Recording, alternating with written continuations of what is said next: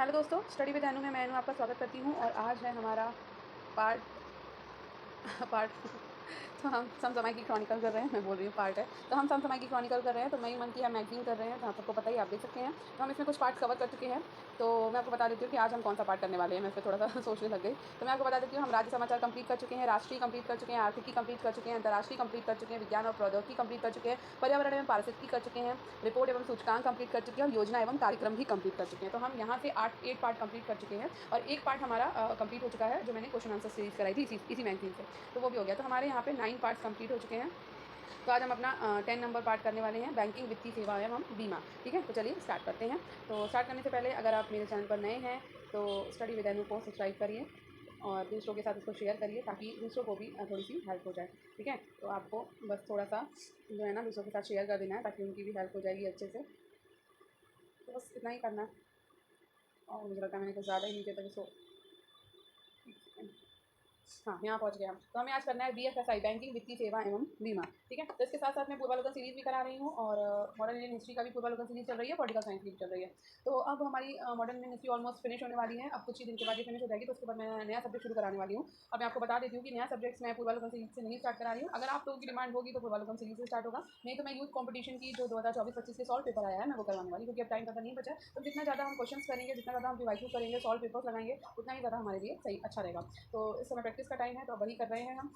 तो पूर्वालोकन में भी हम प्रैक्टिस करते हैं, पर हाँ उसमें थोड़े नोट्स दिए होते हैं। लेकिन इसमें भी आपका यूथ कंपटीशन में भी आपको नोट्स मिल जाएगा, लेकिन ये मिलेगा आपको डिस्क्रिप्शन फॉर्म में। जैसे कि पूर्वालोकन में हम रिवाइज करते हैं तो उसमें डिस्क्रिप्शन मिलता है, तो वैसे ही आपको मिलेगा। तो ये भी बहुत अच्छी बुक है। तो चलिए, मैं कोई इसका वो नहीं कर रही हूँ, प्रचार नहीं कर रही हूँ, पर मुझे लग रहा है कि जिसमें भी सॉल्व पेपर दिए हुए हैं, अगर आपको कोई और बुक करवानी है तो आप वो भी बता सकते हो कि आप ना ये बुक करवा दो, तो मैं वो भी बुक आपको करवा दूँगी। तो चलिए स्टार्ट करते हैं हम अपनी मैगजीन। तो BFSI, यहाँ पर हम बैंकिंग पढ़ने वाले हैं आज के टॉपिक में। तो सबसे पहला टॉपिक है हमारा धन प्रेषण सर्वेक्षण। तो भारतीय रिजर्व बैंक के धन प्रेषण सर्वेक्षण 2023-24 में पाया गया कि अमेरिका और यूके अब भारत में सबसे ज़्यादा धन भेजने वाले देश बन गए हैं, जिससे खाड़ी देश पीछे रह गए हैं। मुख्य निष्कर्ष क्या निकला है? तो भारत में कुल धन प्रेषण 2010-11 में $55.6 बिलियन से दुगना होकर 2023-24 में $118.7 बिलियन हो गया। शीर्ष स्रोत देश हैं 2023-24 में अमेरिका 27.7% के साथ पहले स्थान पर रहा। उसके बाद संयुक्त अरब अमीरात जो है वो 19.2% के साथ दूसरे स्थान पर रहा है। ठीक है, अन्य देश ब्रिटेन, सिंगापुर, कनाडा और ऑस्ट्रेलिया सहित विकसित अर्थव्यवस्थाओं ने 50% से अधिक का योगदान दिया है। खाड़ी देश की हिस्सेदारी कितनी रही? तो खाड़ी सहयोग परिषद GCC देशों UAE, सऊदी अरब, कुवैत, कतर, ओमान, बहरीन की कुल हिस्सेदारी 2016-17 में 47% से घटकर 2023-24 में 38% रह गई है।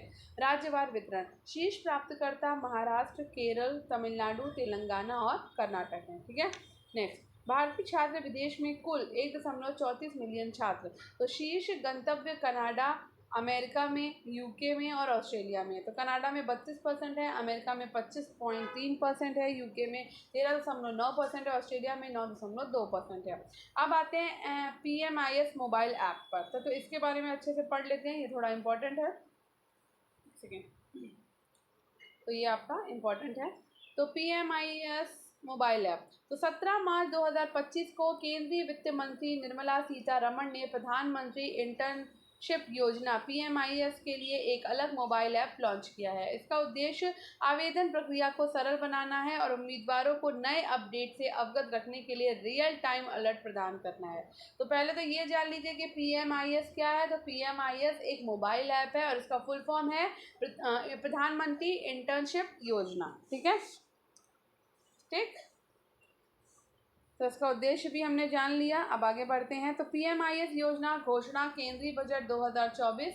तो लक्ष्य है 5 वर्षों में 1 करोड़ युवाओं को इंटर्नशिप करना।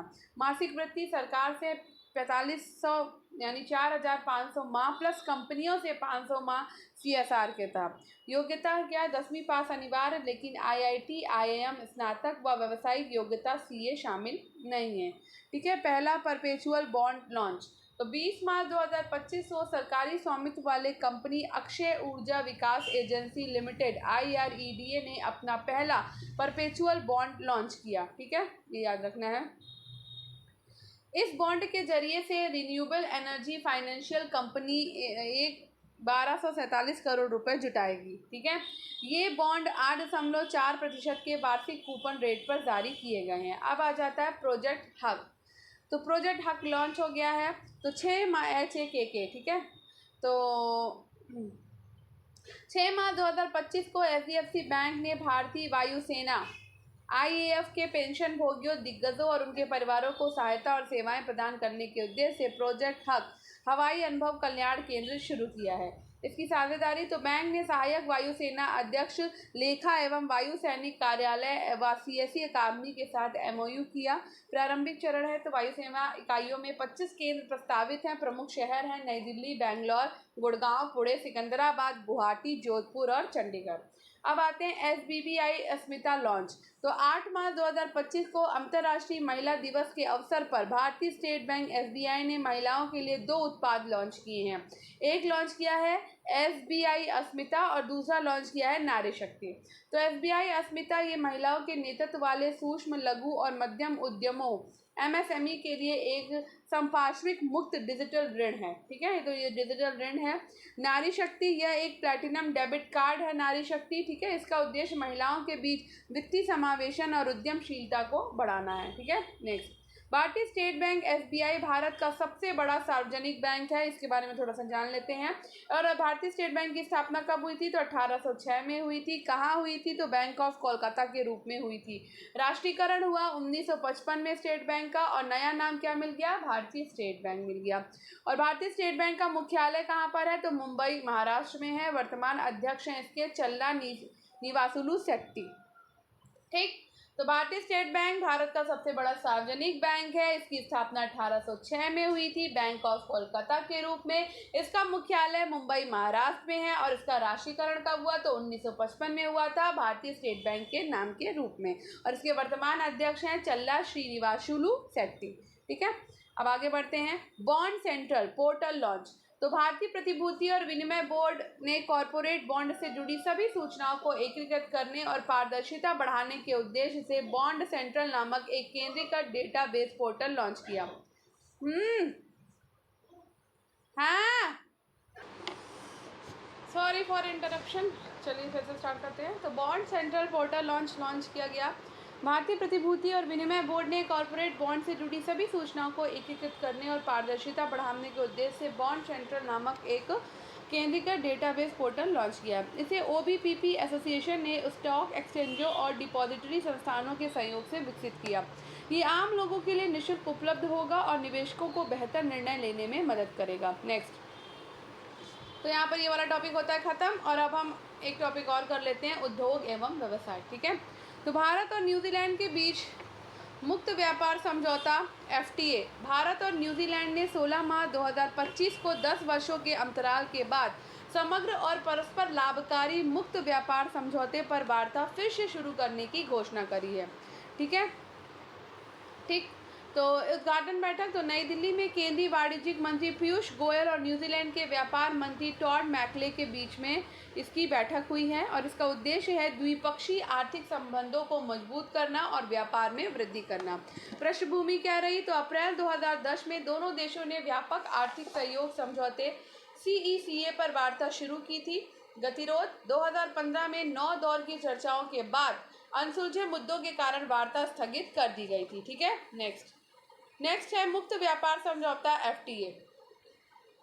तो FTA की परिभाषा क्या है? तो 2 या अधिक देशों के बीच व्यापार समझौता है जो 90 से 95% वस्तुओं पर आयात शुल्क घटाता या हटाता है और सेवाओं और निवेशों को सुगम बनाता है।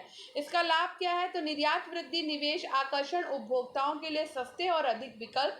भारत के प्रमुख FTA भारत आसियान 2009, भारत दक्षिण Korea 2010, Bharat Japan 2011, Bharat UAE 2022 और Bharat Australia 2022। United states crypto strategic reserve. तो हाल ही में अमेरिकी राष्ट्रपति डोनाल्ड ट्रंप ने United states crypto strategic reserve की स्थापना की घोषणा करी, जिसमें bitcoin, BTC, Ethereum, ETH, XRP, Solana, SOL और कार्डोनो ADA जैसी प्रमुख क्रिप्टो करेंसी शामिल है। इसका उद्देश्य अमेरिका को उभरते डिजिटल एसेट उद्योग में सबसे आगे रखना है। अब बात करते हैं स्ट्रैटेजिक रिजर्व क्या है। तो स्ट्रैटेजिक रिजर्व क्या है? तो ये किसी देश के द्वारा आपातकालीन स्थितियों, आपूर्ति बाधाओं या राष्ट्रीय सुरक्षा जरूरतों को पूरा करने के लिए आवश्यक संसाधनों जैसे कि स्वर्ण, पेट्रोलियम, गैस, अनाज, दवाएं आदि का भंडारण है। इसका उपयोग संकट के समय स्थिरता बनाए रखने और निर्भरता कम करने के लिए किया जाता है। उदाहरण के तौर पर भारत का रणनीतिक पेट्रोलियम भंडार SPR। ठीक है, नेक्स्ट। तो हाइड्रोजन संचालित भारी टैंकों का पहला परीक्षण तो 4 मार्च 2025 को केंद्रीय सड़क परिवहन और राजमार्ग मंत्री नितिन गडकरी और नवीन और नवीकरणीय ऊर्जा मंत्री प्रहलाद जोशी ने टाटा मोटर्स के द्वारा विकसित हाइड्रोजन से संचालित हैवी ड्यूटी ट्रकों के पहले परीक्षण को नई दिल्ली से हरी झंडी दिखाई। ठीक है, तो ये truck H2ICE hydrogen internal combustion engine और H2FCEV fuel cell electric vehicle तकनीक से लैस होंगे।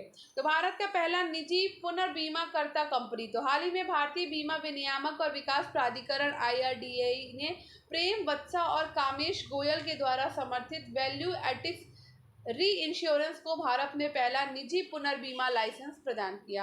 ये विकास पुनर्बीमा क्षेत्र में प्रतिस्पर्धा को बढ़ावा देने की दिशा में एक महत्वपूर्ण कदम है जो 1972 से चली आ रही जनरल इंश्योरेंस कॉरपोरेशन के एकाधिकार को समाप्त करता है।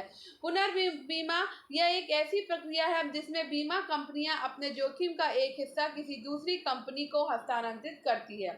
एंथोरियम फूलों का निर्यात। कृषि और प्रसंस्कृत खाद्य उत्पाद निर्यात विकास प्राधिकरण ने पहली बार मिजोरम में सिंगापुर को एंथोरियम फूलों के निर्यात को सफलतापूर्वक सुविधाजनक बनाया। 1024 एंथोरियम फूल 70 किलोग्राम की खेप 50 बक्सों में पैक कर IBC एग्रोवेट प्राइवेट लिमिटेड के द्वारा आइजोल से कोलकाता होते हुए वेज प्रो सिंगापुर प्राइवेट लिमिटेड को भेजी गई। भारत के पुष्प कृषि निर्यात में फाइनेंशियल ईयर 2023-24 में 86.62 मिलियन अमेरिकी डॉलर का योगदान है। BPCL का फ्लोटिंग और सौर ऊर्जा संयंत्र। भारत पेट्रोलियम कॉर्पोरेशन लिमिटेड ने कोच्चि रिफाइनरी में फ्लोटिंग सौर ऊर्जा संयंत्र की स्थापना की है जो नवीकरणीय ऊर्जा की दिशा में एक बड़ा कदम है। उद्घाटन तो 22 मार्च 2025 को मुख्य सचिव शारदा मुरलीधरन के द्वारा स्थान है केरल स्थित कोच्चि रिफाइनरी के वर्षा जल संचयन तालाब पर और लक्ष्य है स्वच्छ और हरित ऊर्जा को बढ़ावा देना, ऊर्जा दक्षता में सुधार और कार्बन उत्सर्जन में कमी।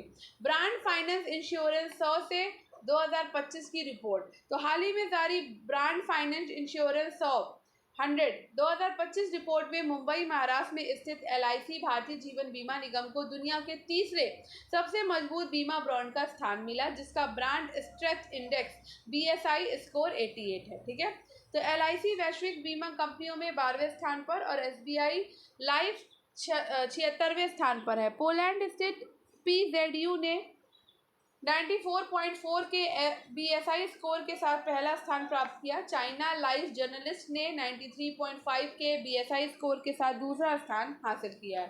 ठीक है, नेक्स्ट। तो डाटा बैंक भी कंप्लीट कर ले क्योंकि ज़्यादा अभी वीडियो बड़ा नहीं है, तो हम ऐसा करते हैं एक टॉपिक और कवर कर लेते हैं ताकि जल्दी जल्दी मैगजीन हमारी फिनिश हो जाएगी। तो अब हम पढ़ने वाले हैं डाटा बैंक। ठीक है, तो भारत बना दुनिया का शीर्ष दुग्ध उत्पादक देश। तो 25 मार्च 2025 को लोकसभा में केंद्रीय पशुपालन एवं डेयरी मंत्री राजीव रंजन सिंह ने जानकारी दी। तो यहाँ ये याद रखना है कि भारत जो है वो दुनिया का शीर्ष दुग्ध उत्पादक देश बन गया है। दूसरा याद रखना है कि केंद्रीय पशुपालन और डेयरी मंत्री कौन है, तो राजीव रंजन सिंह ने। इन्होंने भारत वर्तमान में विश्व का शीर्ष दुग्ध उत्पादक देश है इस बात की जानकारी दी। भारत में डेयरी उद्योग के प्रमुख आंकड़े, तो आंकड़े देख लेते हैं, श्रेणी और आंकड़े। ठीक है, एक तरफ श्रेणी दी हुई है, दूसरी तरफ आंकड़े दिए हुए हैं मार्च 2025 तक के। तो वर्तमान दूध उत्पादन जो है वो भारत में 239.2 मिलियन मीट्रिक टन, वैश्विक हिस्सेदारी कितनी है, 24% है। ठीक है, लक्ष्य 2030 तक भारत में क्या रखा गया है, 300 मिलियन मीट्रिक टन। ठीक है, 2014 के 146.3 मिलियन टन बाद वृद्धि कितनी हुई, 63.5% की वृद्धि हुई है राष्ट्रीय गोकुल मिशन के तहत। डेयरी और पशुपालन क्षेत्र का GDP में योगदान कितना है, तो 4.5% का योगदान है। दूध उत्पादन से जुड़े लोग के हैं तो 10 करोड़ लोग हैं जिसमें 75% महिलाओं की भागीदारी है। प्रति व्यक्ति दूध की खपत कितनी है, तो 471 ग्राम प्रति व्यक्ति दूध की खपत है 2023-24 के आंकड़ों के हिसाब से। ठीक है, शीर्ष 3 दुग्ध उत्पादक राज्य, तो भाई यूपी हमारा सबसे नंबर 1 पे है, 18% दुग्ध उत्पादन जो है यूपी करता है। उसके बाद राजस्थान से दूध उत्पादन होता है 11% पे, और उसके बाद आंध्र प्रदेश दूध का उत्पादन करता है 10% पे। तो शीर्ष दूध उत्पादन जो देश हैं भारत के कौन कौन से हैं, तो वो है उत्तर प्रदेश 18% पे, राजस्थान 11% पर, और आंध्र प्रदेश 10% पे। ठीक है, ये हमें याद रखना है। नेक्स्ट, तो शीर्ष 3 दुग्ध उत्पादक राज्य आपको पता चल चुके हैं। अब हम बात करते हैं शीर्ष 3 दुग्ध उत्पादक देश। ठीक है, तो 3 जो हमारे दुग्ध उत्पादक देश हैं वो कौन कौन से हैं, तो भाई भारत नंबर 1 पे है, तो पता ही है। तो भारत में 1998 से भारत जो है वो नंबर 1 पर ही बना हुआ है। ठीक है, 1998 से। ठीक, दूसरे नंबर पर आता है आपका संयुक्त राज्य अमेरिका। ठीक है, तो संयुक्त राज्य अमेरिका है, और उसके बाद है आपका तीसरे नंबर पर चीन। ठीक है, तो ये शीर्ष दुग्ध उत्पादक जो देश हैं ये हैं। ठीक है, अब आगे बढ़ते हैं। बाद में कोयला उत्पादन का रिकॉर्ड, तो 20 मार्च 2025 को भारत ने चालू वित्त वर्ष 2024-25 में 1 बिलियन अरब टन कोयला उत्पादन का ऐतिहासिक रिकॉर्ड पार कर लिया, जिसे प्रधानमंत्री नरेंद्र मोदी ने देश के लिए गौरव का क्षण बताया है। भारत में कोयला उत्पादन प्रमुख आंकड़े हैं, तो रिकॉर्ड कोयला उत्पादन है 20 मार्च 2025 तक 1 बिलियन अरब टन। पिछला वित्तीय वर्ष में उत्पादन है 997.83 मिलियन टन। वित्तीय वर्ष 2024-25 उत्पादन लक्ष्य है 1080 मिलियन टन। भारत की कुल ऊर्जा में कोयले की हिस्सेदारी है 55%। कोयला आधारित बिजली उत्पादन है 74%। कोयला क्षेत्र में कार्यरत श्रमिक है 5,350 प्लस खदानों में। शीर्ष 3 कोयला उत्पादक राज्य हैं आपके झारखंड, उड़ीसा और छत्तीसगढ़। तो शीर्ष 3 कोयला उत्पादक राज्य हैं झारखंड, उड़ीसा और छत्तीसगढ़। शीर्ष 3 कोयला उत्पादक देश हैं चीन, भारत और यूएसए। और शीर्ष 5 कोयला भंडारण वाले देश हैं तो यूएसए, रूस, ऑस्ट्रेलिया, चीन और भारत। तो भारत का स्थान आपका 5वें नंबर पर है, ये बात याद रखनी है। ठीक है, नेक्स्ट, चाय निर्यात में भारत ने 10 वर्षों का उच्चतम स्तर, तो भारत का चाय निर्यात वर्ष 2024 में 255 मिलियन किलोग्राम के साथ पिछले 10 वर्षों में सबसे उच्चतम स्तर पर पहुंच गया। भारतीय चाय बोर्ड के अनुसार ये निर्यात 2023 में 231.59 मिलियन किलोग्राम था, जो 2024 में 10% की वृद्धि के साथ नई ऊंचाई पर पहुंचा। बाद में चाय निर्यात के प्रमुख आंकड़े हैं 2024 के, तो श्रेणी और आंकड़े और विवरण। 2024 में कुल चाय निर्यात 255 मिलियन किलोग्राम पिछले 10 वर्षों का उच्चतम स्तर है। 2023 में कुल चाय निर्यात 231.69 मिलियन किलोग्राम। निर्यात में वार्षिक वृद्धि कितनी है, 10% की है। वैश्विक चाय निर्यात में भारत की हिस्सेदारी 10% है। भारत दुनिया के शीर्ष 5 चाय निर्यातकों में शामिल है। भारत में चाय के प्रमुख निर्यातक बाजार हैं तो यूएई, इराक, ईरान, रूस, अमेरिका और यूके। सबसे अधिक निर्यात की जाने वाली चाय का प्रकार है तो वो ब्लैक टी है, कुल निर्यात का 96% है। शीर्ष 3 चाय उत्पादक राज्य कौन से हैं, तो ये है आपका असम। ठीक है, उसके बाद आ जाता है आपका पश्चिम बंगाल। ठीक है, और तीसरे नंबर पर है आपका तमिलनाडु। ठीक है, ये आपके शीर्ष भारत के जो हैं वो चाय उत्पादक राज्य हैं। ठीक है, अब बात कर लेते हैं चाय उत्पादक देशों की। ठीक है, तो देश कौन कौन से हैं शीर्ष पे, तो आपका पहले नंबर पे आपको पता ही है चाइना है, दूसरे नंबर पर भारत है और तीसरे नंबर पर है केन्या। केन्या में भी सबसे ज़्यादा चाय उत्पादक की जाती है।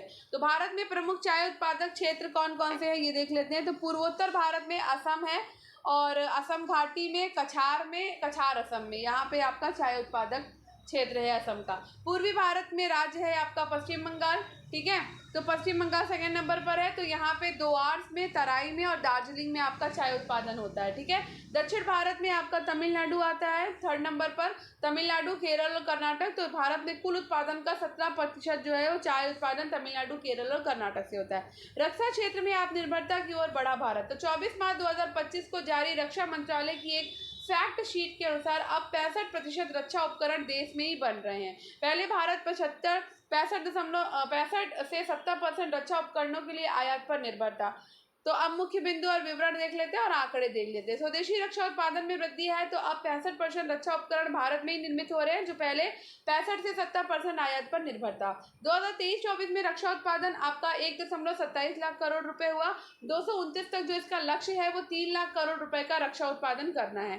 ठीक है, नेक्स्ट, तो भारत के रक्षा निर्यात पोर्टफोलियो, तो बुलेट प्रूफ जैकेट, डॉर्नियर विमान, Chetak helicopter, fast interceptor boat, हल्के टॉर्पीडो, रूसी सेना के लिए बिहार में बने जूते। ठीक है, रक्षा क्षेत्र में एफडीआई प्रत्यक्ष विदेशी निवेश, तो सितंबर 2020 में स्वचालित मार्ग से 74% और सरकारी मार्ग से 74% से अधिक की अनुमति है। तो अब तक का कुल एफडीआई है तो 5,516.16 करोड़ रुपए अप्रैल 2000 से अब तक है। रक्षा बजट में वृद्धि 2013-14 में 2.53 लाख करोड़ रुपए और 2025-26 में 6.81 लाख करोड़ रुपए। कृषि निर्यात में 6.5% की वृद्धि, व्यापार अधिशेष में गिरावट। तो हाल ही में जारी नवीनतम आंकड़ों के अनुसार भारत का कृषि निर्यात 6.5% बढ़कर अप्रैल दिसंबर 2023 में $35.2 अरब से अप्रैल दिसंबर 2024 से $37.5 अरब हो गया। ये वृद्धि भारत के कुल वस्तु निर्यात में हुई 1.9% की वृद्धि से अधिक रही है। कृषि आयात और व्यापार अधिशेष, हालांकि इसी अवधि में कृषि आयात 18.7% से बढ़कर $24.6 अरब से $29.3 अरब हो गया, जिससे व्यापार संतुलन प्रभावित हुआ। भारत का कृषि व्यापार अधिशेष, तो ट्रेड सरप्लस, अप्रैल दिसंबर 2023-24 में $10.6 अरब से घटकर चालू वित्त वर्ष में $8.2 अरब रह गया है, जो आयात बढ़ने के कारण वित्तीय अधिशेष में गिरावट को दर्शाता है। पिछले 10 वर्षों में भारतीय अर्थव्यवस्था की 105% की वृद्धि। तो हाल ही में अंतर्राष्ट्रीय मुद्रा कोष IMF के द्वारा जारी एक रिपोर्ट के अनुसार भारत की अर्थव्यवस्था ने पिछले 10 वर्षों में 105% की वृद्धि दर्ज की है। पिछले 10 वर्षों में प्रमुख अर्थव्यवस्थाओं की GDP वृद्धि IMF डेटा, तो भारत 105% पर है, चीन 76% पर, अमेरिका 66% पर, जर्मनी 44% पर, फ्रांस 38% पर और ब्रिटेन है 28% पर। IMF के अनुसार भारत वित्तीय वर्ष 2025 की तीसरी तिमाही तक जापान को पीछे छोड़ते हुए चौथी और 2027 तक जर्मनी को पीछे छोड़ते हुए तीसरी सबसे बड़ी वैश्विक अर्थव्यवस्था बन जाएगा।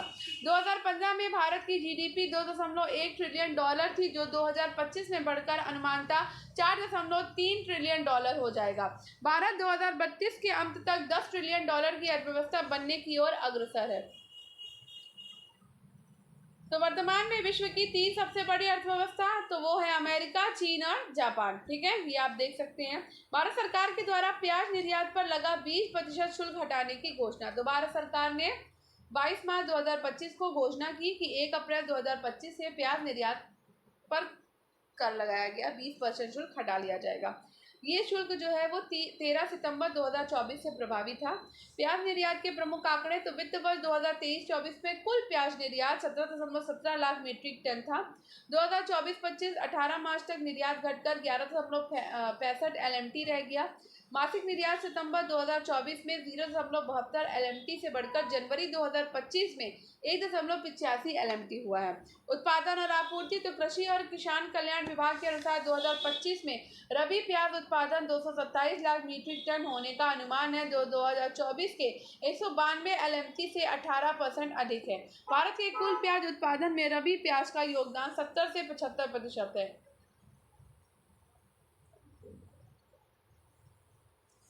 भारत 2027 तक बनेगा दुनिया की तीसरी सबसे बड़ी अर्थव्यवस्था। तो ये बहुत इंपॉर्टेंट न्यूज़ है कि हाल ही में जारी विश्व बैंक की report becoming a high income economic in a generation के अनुसार भारत को 2047 तक उच्च आय वाले देश का दर्जा प्राप्त करने के लिए अगले 22 वर्षों में 7.8% की औसत वार्षिक दर बनाए रखनी होगी। वैश्विक अर्थव्यवस्था में भारत की हिस्सेदारी 2000 से 1.6% में बढ़कर 2023 में 3.4% हो गई, जिससे ये विश्व की 5वीं सबसे बड़ी अर्थव्यवस्था बन गया है। महामारी से पहले 2 दशकों में भारत की अर्थव्यवस्था 6.7% की औसत वार्षिक दर से बढ़ी, जो प्रमुख अर्थव्यवस्थाओं में चीन के बाद दूसरे स्थान पर थी। भारत 2047 तक उच्च आय अर्थव्यवस्था बनने की आकांक्षा रखता है। भारत के उच्च आय स्तर प्राप्त करने के लिए आवश्यक शर्तें हैं, तो भारत वर्तमान में निम्न मध्यम आय श्रेणी में आता है और उच्च आय अर्थव्यवस्था बनने के लिए इसे 2023 के प्रति व्यक्ति सकल राष्ट्रीय आय 540 अमेरिकी डॉलर से लगभग 8 गुना बढ़ाने की आवश्यकता होगी। तो विश्व बैंक की जीएनआई वर्गीकरण क्या है? तो निम्न आय है यहाँ पे प्रति व्यक्ति सकल राष्ट्रीय आय में $1145 या फिर कम। निम्न मध्यम आय आपका $1146 से $4515 तक।